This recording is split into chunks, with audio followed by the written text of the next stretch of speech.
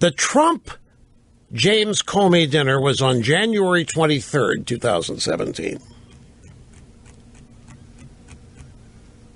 I'm sorry, February 14th. The dinner that they had was Valentine's Day, February 14th.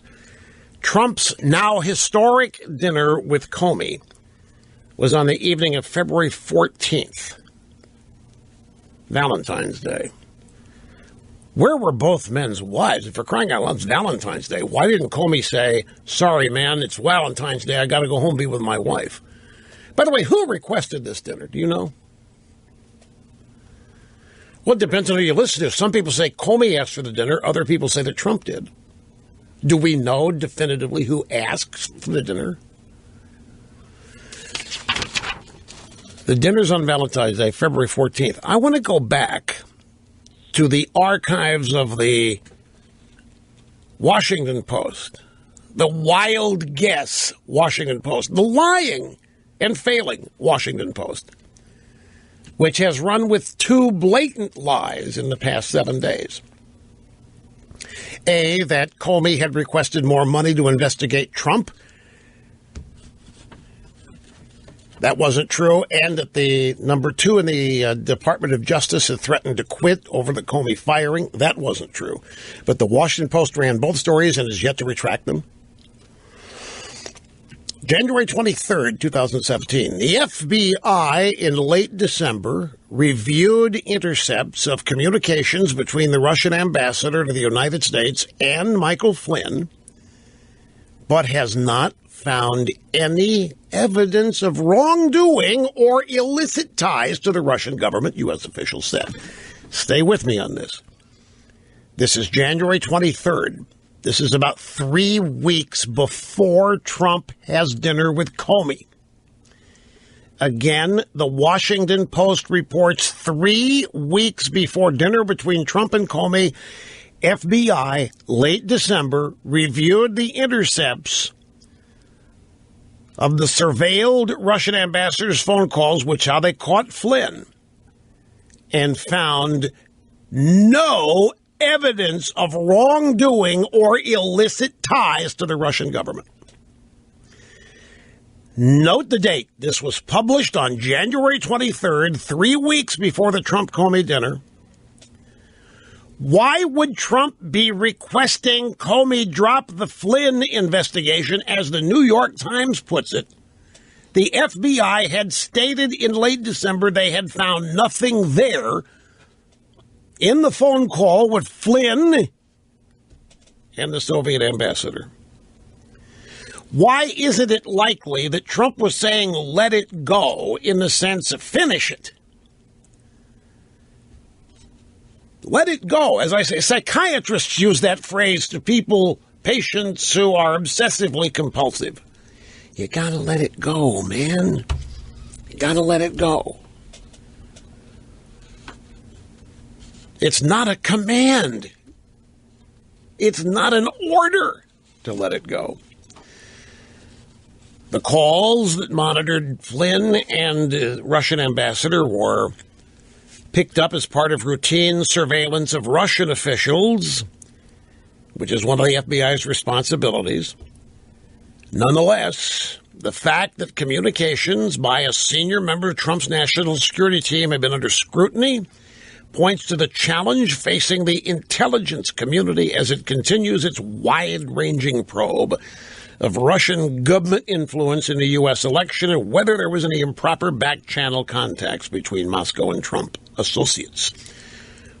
So even though there was nothing illicit found in the phone calls, the fact that they were investigated by the FBI shows there was something illicit. See, this is how the media works.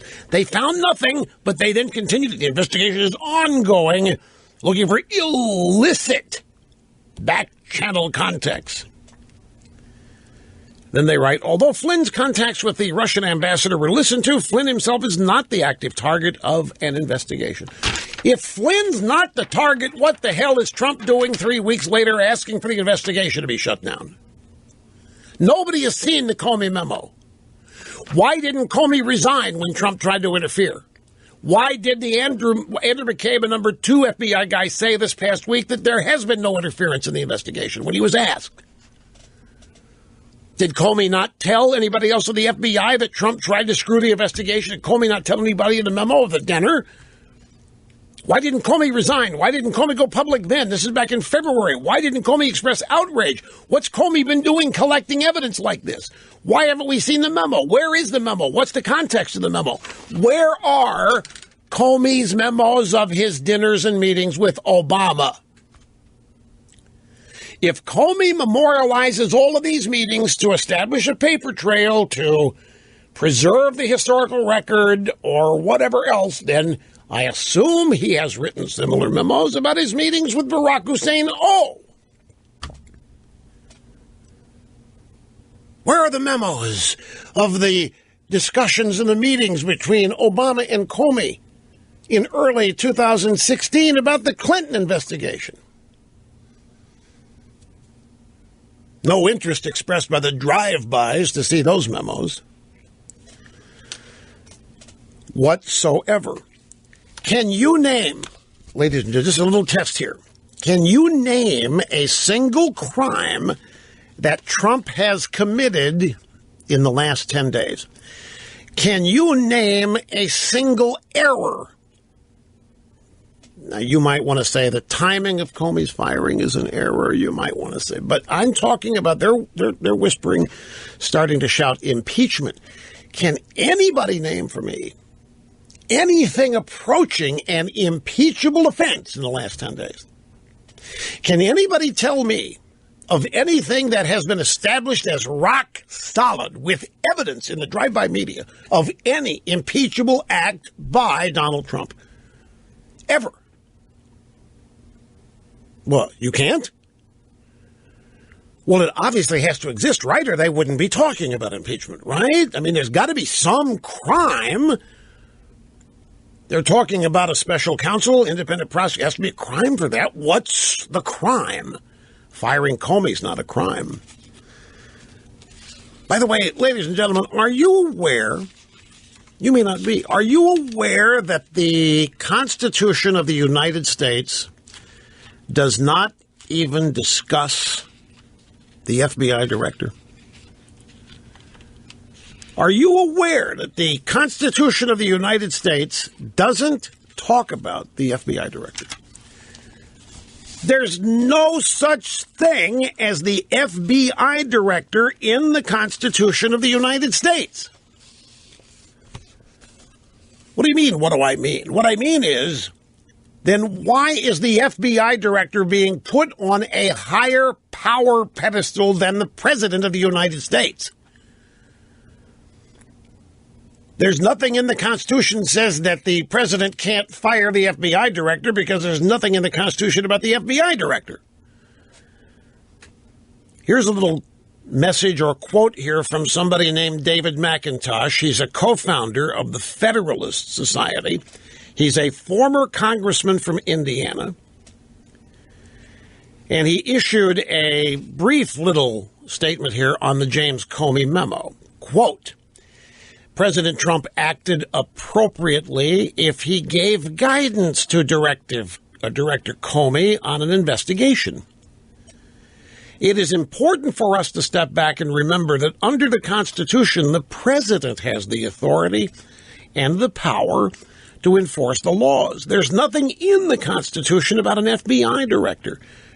The FBI director reports to the president, and it is the president's decision to delegate authority on investigations. In delegating that authority, presidents have wisely chosen to insulate the FBI from political interference, but the president still has the constitutional power and the constitutional authority to direct the FBI how to do their job. He is the chief executive. They are all in the executive branch. The president can learn who has been granted FISA warrants. The president can learn details of investigations if he wants to. Obama sure as hell did. You don't think Obama was in bed with Holder and Loretta Lynch? Why no concerns of collusion there? Why no concerns of presidential interference? Because Whatever the Obama Department of Justice was doing, the media correctly assigned it to Obama and his agenda, and therefore it couldn't be wrong. The president has the power and the authority to direct the FBI how to do their job. Congress, in its critiques of the executive branch, should not overstep and try to direct or limit the president's legitimate exercise of his Article II powers. And that is exactly what's happening as they long march down the road toward this imagined impeachment. And yet nobody can name, especially in the last 10 days, a single crime, impeachable offense. And yet look at how many people assume that there's all kinds of them because of the daily, nonstop propaganda in the drive-by media. Hey, look, before I get back to this Republican thing, I need to mention something here before it scrolls out of view very quickly. And that is this whole business of Flynn. Remember now, on January 23rd, we got a story here that the FBI had looked at all the calls, the transcripts of the calls between Flynn and the Russian ambassador. They found nothing illicit, and they cleared Flynn of everything. Remember that? Just mention it, January 23rd. So two questions. Then what the hell is Comey maintaining that Trump is asking the investigation to be dropped 3 weeks later when nothing has happened? When they didn't find anything. Second question is, if the FBI investigation found no illicit activity in Flynn's phone calls with the Russian ambassador, then what the heck is Sally Yates talking about when she under oath told Congress Flynn could have been blackmailed by the Russians? Because of what he said on the phone. Now, he's done other things, but because of what he said on the phone. They found nothing illicit. The Washington Post has been out there reporting that Flynn was discussing a quid pro quo with the Russians on Obama's sending the 35 ambassadors back home, the sanctions and everything, for interfering in the elections. And a January 23rd New York Times story says, none of that. They didn't find any of that. There was total clearance of Flynn in that phone call with the Russian ambassador. So if the FBI investigation found no illicit activity in Flynn's phone calls with the Russians, then what's Sally Yates talking about when she under oath told Congress that Flynn could have been blackmailed by the Russians? And remember, the drive-by narrative on Flynn is that he offered a quid pro quo on the phone with the Russian ambassador at their main evidence for Russian Trump collusion. Obama had put sanctions on the Russians because they interfered and had sent 35 diplomats home. And the story that they told was that Flynn was discussing with the Russians the lifting of those sanctions when Trump was inaugurated. The January 23rd story, and there have been others that say, no, we've examined the transcripts and it didn't happen. And yet the investigation's ongoing. With Flynn apparently being cleared in those phone calls anyway, we still have Comey writing a memo that Trump's trying to strong-arm him into dropping the investigation into Flynn. And furthermore, the FBI said that Flynn was not a target of any investigation. So what investigation was Trump asking for him to drop? All of this that we think we know has appeared in the media, sourced by anonymous deep state people who we don't know. We don't know how many of them there are. We know that a bunch of these deep state assertions have been proven now to be made up, like Comey asking for more money to investigate the Russian collusion, and that the number two man at the DOJ was threatening to quit over Comey being fired. Those two things just most recently exposed as totally fake news.